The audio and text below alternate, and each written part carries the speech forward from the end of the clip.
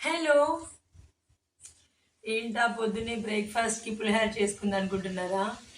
ఇది బ్రేక్ఫాస్ట్లో చేసింది కాదు, లంచ్లో చేసుకుంది కూడా కాదండి.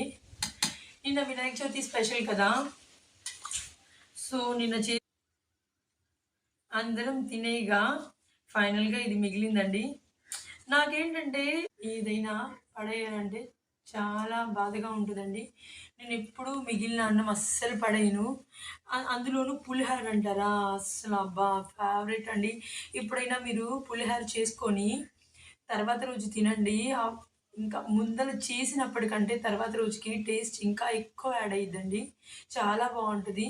అవును, మీలో ఎవరైనా నాలాగా ఉన్నారా? వచ్చేయండి. ఇన్‌బాక్స్‌లో చకచకా మాట్లాడేసుకుందాం. సర్లే గానీ, నాకైతే రైస్ ఇప్పుడు నేను చాలా తిన్నానండి. నేను అందరికంటే నా ఫేవరెట్ అని జెప్పి నేను చాలా అంటే చాలా తిన్నాను పులిహోర. ఫైనల్‌గా ఇట్లా మిగిలిపోయింది. మా మదర్ అన్నారు, "సరే పడేయలే" అన్నారు. "ఇంకేం తింటావు? నిన్నే చాలా తిన్నావు. బేబీకి వెయిట్ చేసిద్ది" ఇయన్నీ చెప్పారు. బట్ నాకైతే రైస్ పడేయడం అంటే అస్సలు చాలా బాధగా ఉంటదండి. ఇన్ ఎందుకంటే ఈ రైస్ అనేది ఇది ఊరికే మనకి రాలేదండి. ఎంతమంది అన్నదాతల కష్టమండి. ఇది మన దగ్గరికి వచ్చిందంటే మనకిష్టమైన రెసిపీస్ కానీ, రకరకాల ఐటెమ్స్ కానీ చేసుకోగలుగుతున్నాము అంటే ఈ రైస్ అంతమంది కష్టం వల్లేనండి. అదంది అంటారు అందుకే 'జై జవాన్ జై కిసాన్' అని. ఆ డైలాగ్ ఊరికే పెట్టలేదండి. It's hats off dialogue. నేను ఇప్పుడు ఇలానే కాదండి, ఫెస్టివల్స్‌కి మిగిలిన పులిహోర అలానే కాదండి.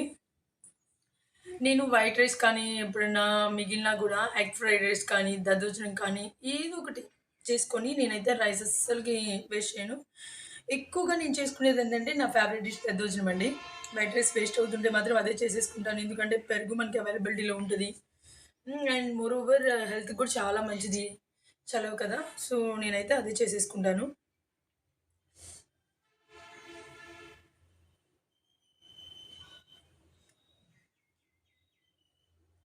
చాలా బావుంది.